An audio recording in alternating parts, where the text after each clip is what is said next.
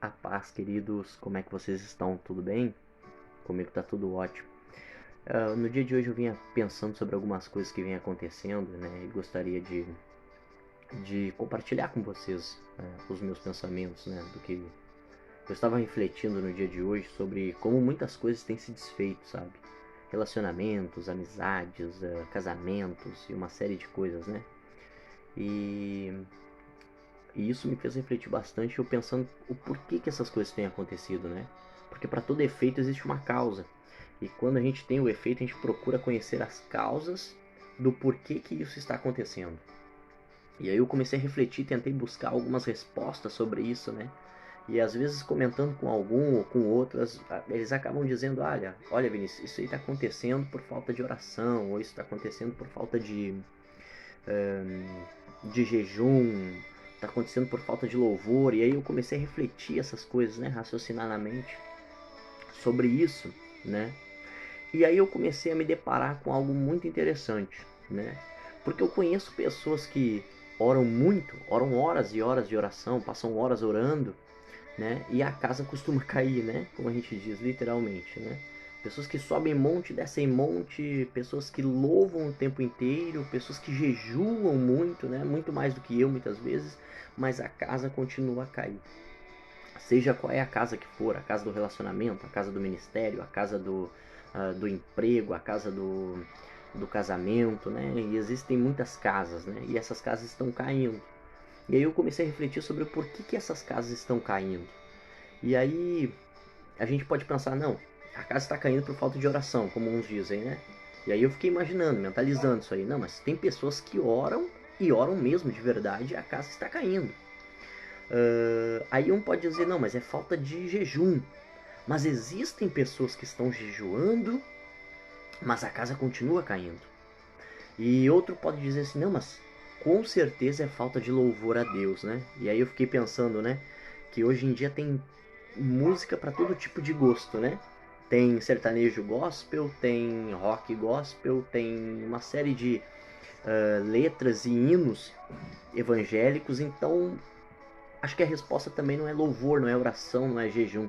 E aí eu comecei a pensar e achei a resposta na própria Bíblia, né? Porque Jesus diz em Mateus 7,24 que todo aquele que pratica a palavra de Deus é semelhante a um homem prudente, que edificando a sua casa sobre a rocha, veio as ondas do mar, veio a tempestade, veio o vento, deram com ímpeto naquela casa, com força brutal, violenta, né? E a casa permaneceu de pé, porque estava fundamentada na palavra de Deus. E aí, semelhantemente, o homem insensato, né, que ouve a palavra de Deus e não a pratica, né, é semelhante ao homem insensato. Ele fala que edifica a sua casa sobre a areia, né, não tendo base, vem o vento, vem as tempestades, vem as ondas do mar, bate com ímpeto contra a casa e a casa rui, a casa cai. Então tudo isso está envolvido na prática da palavra de Deus. Muitas vezes oramos, jejuamos, né, que são coisas da palavra, louvamos a Deus, mas não estamos praticando de fato o que a palavra pede para nós praticar. E isso tem uma grande diferença na nossa vida. Porque nós podemos subir monte e descer monte, jejuar todos os dias, orar constantemente, podemos louvar a Deus diariamente, escutar hino 24 horas do dia, mas não vai mudar nada na nossa vida enquanto nós não ouvirmos a palavra de Deus e começarmos a praticar. O próprio Senhor Jesus disse: o mundo passa, mas as minhas palavras elas não hão de passar. Então a palavra de Deus ela é de extrema importância para a nossa vida. Então muitas casas estão caindo por falta de compromisso com a palavra de Deus, por falta de prática da palavra de Deus. E aí a falta da prática da palavra de Deus é que tem ocasionado divórcios, é que tem ocasionado hum, amizades que são desfeitas, né? Uma série de coisas, né, que tem acontecido por causa da falta da prática da palavra de Deus. Né? Às vezes a pessoa não libera um perdão, mas a própria palavra de Deus ensina que nós devemos perdoar o nosso semelhante 70 vezes 7 por dia, ou todas as vezes que eles pecarem contra nós, nós devemos perdoar.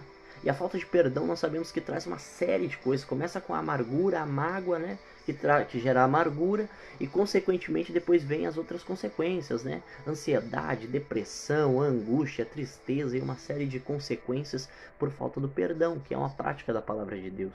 O próprio Jesus disse que aquele que não perdoar o seu irmão, os seus pecados, o vosso Pai que está no céu também não perdoará os seus. Então é algo que nós devemos praticar todos os dias, não importa quantas vezes ou de que forma as pessoas erraram contra nós, nós devemos perdoá-las sim, né? Em todos os momentos. E aí essa palavra ficou muito forte no meu coração e eu comecei a refletir dizendo assim, olha, está faltando muito a prática da palavra de Deus. Nós devemos praticar a palavra de Deus. Agora, a gente não vai praticar aquilo que a gente não conhece. Não tem como eu praticar aquilo que eu não conheço. Eu só vou conseguir praticar no momento que eu conhecer a palavra de Deus. Então, para isso, como é que eu faço para conhecer a palavra de Deus? É estudando as Escrituras diariamente. É buscando conhecimento da palavra de Deus. É lendo, né? O apóstolo Paulo fala em Romanos 10:13, se eu não me engano, que a fé vem pelo ouvir e o ouvir da palavra de Deus, né? Se a gente não ouvir a palavra de Deus, a gente não vai conhecer. E se a gente não conhecer, a gente não tem como praticar. Então eu só vou ter conhecimento de Deus a partir do conhecimento que eu tenho da sua palavra, porque a palavra é muito interessante, irmãos. A palavra revela quem Deus é e o que Deus faz. E quando eu conheço quem Deus é e o que Deus faz, eu temo, tremo diante de Deus. Isso gera em mim, causa em mim temor. E o temor me leva à obediência. Então eu preciso praticar diariamente isso. A minha devoção com Deus, como é que tá? Eu falo com a minha mãe todos os dias, eu falo com o meu pai todos os dias, eu falo com o meu irmão todos os dias. Mas e com Deus? Eu tenho falado todos os dias? Ou melhor, não somente falar, mas ouvir o que Deus tem a falar para mim. Né? Às vezes eu vejo pessoas que dizem assim, olha, faz tempo que Deus não fala comigo. E é muito bom a gente receber revelação, profecia, né? A gente se sente mais acolhido por Deus, mas a palavra nos fala todos os dias. A palavra se renova dia após dia.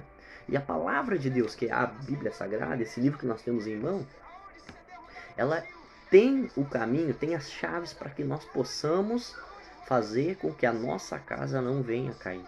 E isso é muito interessante, mas eu gostaria que você refletisse sobre isso hoje. Como é que tem estado a tua vida? Você tem praticado a palavra de Deus? Porque quando você pratica a palavra de Deus, eu vou dizer uma coisa que vai acontecer para você. Já foi feita uma pesquisa, uma estatística apontou que as pessoas que leem diariamente as escrituras, né, tende a diminuir 30% do risco de depressão, 50% do risco de desenvolver transtornos de ansiedade generalizada e síndrome do pânico.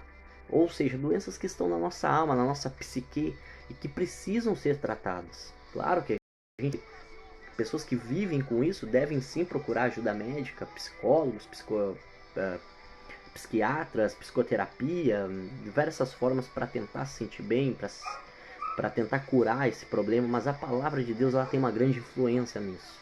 É uma grande influência nisso. Isso é apontado estatisticamente, né? Então que nós possamos dar ouvidos à voz do Senhor, começarmos a ler as Escrituras, porque lendo as Escrituras a gente vai estar ouvindo o que Deus está falando. E eu vou dizer uma coisa para você, se você se sente sozinho, saiba, Deus está falando contigo. Deus fala por meio da sua palavra o tempo todo. Eu poderia aqui usar vários e vários versículos que falam apenas da palavra. Apóstolo Paulo disse que a palavra de Deus é como espada mais afiada que espada de dois gumes, faz divisão entre a alma e o espírito, entre o osso e a medula, né, entre o corpo e a alma. Ela penetra onde ninguém, nem médico, medicina, remédio, medicação nenhuma, né, ansiolítico nenhum pode alcançar, mas a palavra de Deus ela alcança. Então que você possa absorver agora o poder da palavra de Deus e fazer dela um manual de vida para você. Eu tenho certeza que a sua vida não será. Eu fui diversas vezes impactado pela palavra de Deus. E cada vez que eu ouvia e praticava a palavra de Deus, algo transformava em mim. Às vezes a gente olha assim, o mundo precisa de uma transformação. Realmente o mundo precisa de uma transformação. Mas a maior transformação que pode acontecer é quando ela acontece em mim. Porque quando eu me transformo, eu começo a influenciar outras pessoas. E outras pessoas, através da minha transformação, passam a ser transformadas. Então faça isso. Faça isso e você vai ver a diferença. Começa a se transformar pelo poder renovador da palavra de Deus. E você vai ver como você vai transformar outras pessoas. Você lembra de Daniel na Babilônia? Estava lá no meio de todos os ímpios, incrédulos, no meio do paganismo. no meio da carnalidade total, do pecado, da promiscuidade de todas as coisas. Mas Daniel não se deixou em nenhum momento influenciar pela Babilônia. Daniel, pelo contrário, ele influenciou a Babilônia. Então faça isso você também. Influencie a Babilônia você. Saiba, Deus está esperando por você. Se você está, querendo ouvir a voz de Deus, aqui, abra sua Bíblia, ouça a palavra de Deus, veja o que Deus tem para falar para você. Saiba que a tua vida tem um propósito. Você não está aqui por acidente. Você não é um acidente cosmológico, não, nada disso. Você é um plano divino de Deus e a sua vida é de extrema importância para a existência de todos. Saiba disso. Se eu estudar filosofia no campo filosófico, você vai ver. Uma vida tem uma diferença enorme na sociedade. Se você não existisse, muitas coisas, até na cidade aqui de Montenegro, onde eu vivo, seriam totalmente diferentes. Então comece a ouvir a voz de Deus, comece a praticar. Deus tem o melhor para a sua vida, pode ter certeza, tá bom? Que Deus te abençoe nessa noite, né? Para quem já me acompanha há algum tempo, sabe que eu admiro muito a cultura judaica, então para esse Shabbat Shalom, tá? Que vocês tenham um final de semana abençoado na presença de Deus. Beijão.